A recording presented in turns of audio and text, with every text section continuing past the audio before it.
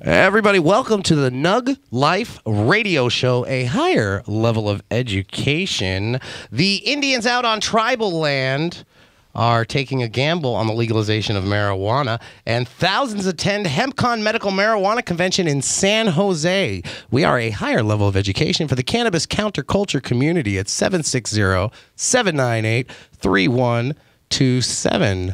We are your hosts, the wonderful and lovely, as always. I know, I'm like, where am I going to point that at? Okay, well, I'm the highly photographed cannabis comedian, Medicinal Mike, here with Hopper, the connoisseur. Oh, yeah. And visiting us today in placement of Dr. Kelly, we have Dr. Thomas Lucero. I am a licensed street pharmacist, and I'm here to offer any kind of opinion I can. That is fantastic. Tommy Lucero, as you know, is a comedian. He used to work with us on the show all the time, and then he moved on to brighter, better pastures. It's definitely greener in NorCal. And we are still here, left behind, having all the fun in the world. We do have a great show lined up today. We have Robin Swan from Firebird Touch Therapy. She's a third-generation healer, canna shaman, if you will. We also have Pony Boy from Los Marijuanos, one of our favorites. I was just playing his Buddha Cheese song. Oh, yeah. Pony Boy in the house. Pony Boy is going to hopefully maybe bless our mics with some a cappella or some street jams or whatever it is they do out there in the Los Marijuanos world. Sings like a bud. That's what he does. Nathan Lund from Red Dragon's Grow Team. Red Dragon Brothers Grow Team. There must be more than one, obviously. Yeah, I just reviewed a couple strains of theirs. Yeah, how'd it go? Like right now? Did you just smoke it right now? No, it wasn't the pre-production meeting, but yeah, just got done. Were you happy? Did you like it? Oh, epic. All right. So Red Dragon Brothers, who's growing epic strains, will be in the show today. Very happy to have him. We are a live call-in show at 760-798-3127. Today's topic is, do you feel that cannabis today in dating and the world at large and socializing and meeting people is being used as a crutch to distract from who we really are?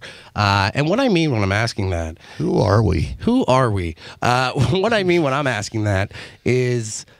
sometimes people don't want you to know the real them. So instead of me telling you about how I'm horrible to kittens and like to squeeze hamsters until their eyes pop, I will smoke a joint with you, and that's a better topic. Not me in particular. Much better topic. Right. Metaphorically speaking, maybe, I might be a terrible person or feel I'm a terrible person, and I don't want to express that. So instead, I show you that I am the guy who has lots and lots of marijuana. Well, that's a beautiful person. That's what attracted me to you in the first place, Michael. And that's why we're still together today, Thomas. Exactly. This has lasted longer than any relationship I've ever had. Bromance. I actually used to use it to distract myself from who they really were. Who were they? I still don't know. There we go. So dating. Now, Tommy, you were in the dating world. It's a scary world, man. Have you ever had a point, I know, because you used to have a lot of problems. You're healthy now, obviously. You've done a lot of work to get there, but before you were a mess. I mean, if you've seen Tommy, he was a mess. He was like 300 plus pounds, just a walking heart attack. I saw a picture of myself from a year ago, and my head was perfectly round. It looked like a Charlie Brown character. Is what I looked like, because there was no real break between my head and my body. Was it just a lot of partying? But are you looking at, like when you're dating, are you looking at them saying, okay, I don't want them to see inside? Because obviously if you're that wrecked on the outside at that point in your life, you must feel just hate for yourself. Thank you, Michael. But Thank you. But not distract them with marijuana maybe and say, hey, let's smoke this joint and just giggle. And then you'll like me because we're having a good time together. No, I used to go the more difficult route of trying to use my personality. And that's what used to attract the girls from before. And now I seem to have somehow attracted a girl way out of my league. And she thankfully does smoke. Does your girlfriend know? Nice. See what I did there? Hopper's been in the same relationship since the beginning of time with a girl that's way out of his league. Pam, if you're out there, Pam's his lovely woman, and she is fantastic. I just seen her on the Cottonmouth Queens calendar, and woo! Smoke. Yeah, Hopper did something right in life and has some good karma coming to him. That's what I'm all about, smoking. And she's smart. She writes. Good job, Hopper. My girl's cute, too.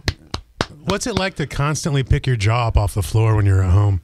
It's bruised. That's why I have the big beard. Do you ever come home and she's wearing something like really hot just because you're coming home? When she knows I'm coming home, everything's taken care of. Man. You're living the dream, bro. 760-798-3127, a higher level of education. Right now, the Indians are in an uproar. They're kind of split in half on over the legalization of marijuana. The one thing, too, if you guys have ever been to Indian land, and I'm not trying to sound biased or offensive, I've been to about 3 reservations, and alcohol is a rampant problem there. A rampant problem. I mean, the rate of alcoholism outnumbers just about the rate of people in high schools.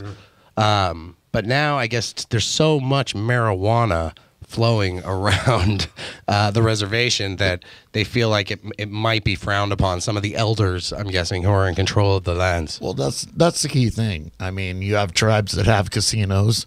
You have tribes that don't have casinos. The tribes that don't have casinos right now should be coming up huge in this new... Can they have casinos and marijuana? Well, they can, but at the same time, would you jeopardize your casino with opening a collective? Look, Yes, man, I would. just give all the dealers respirators and we can party in those casinos. Blackjack will be awesome. That was a gracious bell for you. Oh, boy. Well, if you've been out there, I just want to say that marijuana is an awesome thing. And just let it take over. Let it go, because people will drink less. The crime will go down. People will stop getting stabbed on the reservation. I'm just saying. I know a guy that happened to.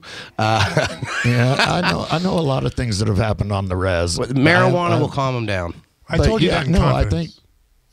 I think without a doubt, that's something that would be great for, basically tribal land.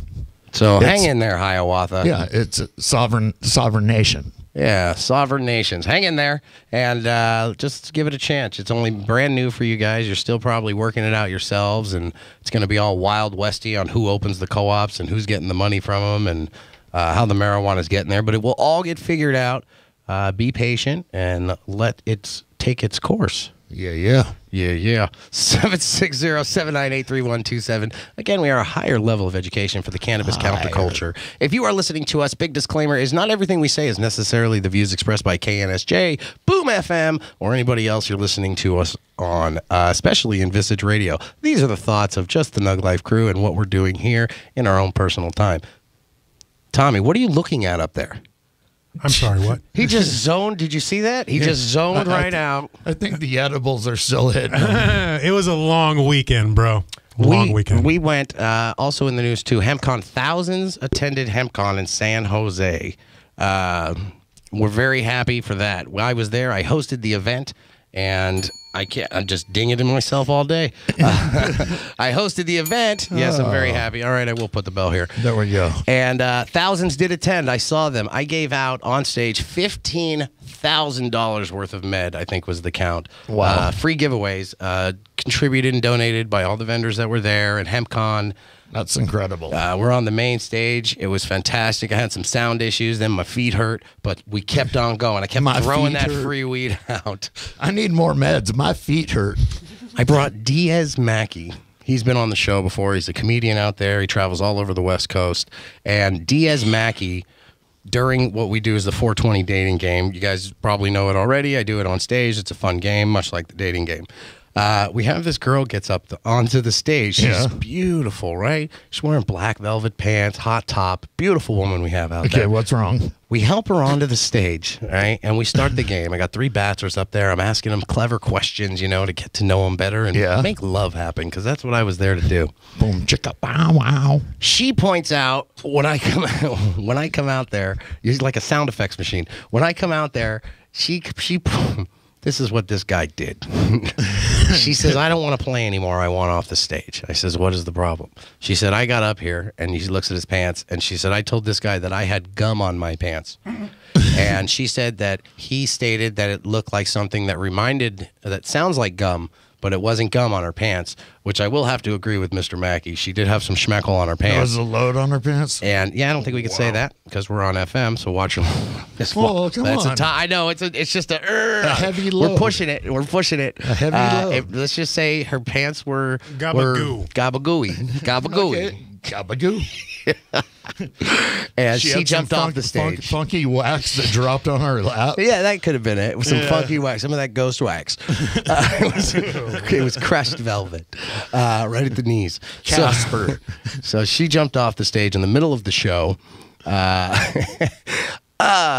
And we did get someone else to replace who wasn't as hot as the original chick, but she was a great sport. And How did the contestants feel about that? they weren't as pleased. They were cheering very much when they got voted off the island. I don't think anybody left the original dating game. 5 people had seizures. Really? What was that on her chin? 5 people had seizures there. Smacked the floor. One right by the stage. There was a booth. I won't even say the name because they don't want the bad press. But if you have fluorescent tubing around your booth and you are doing a light show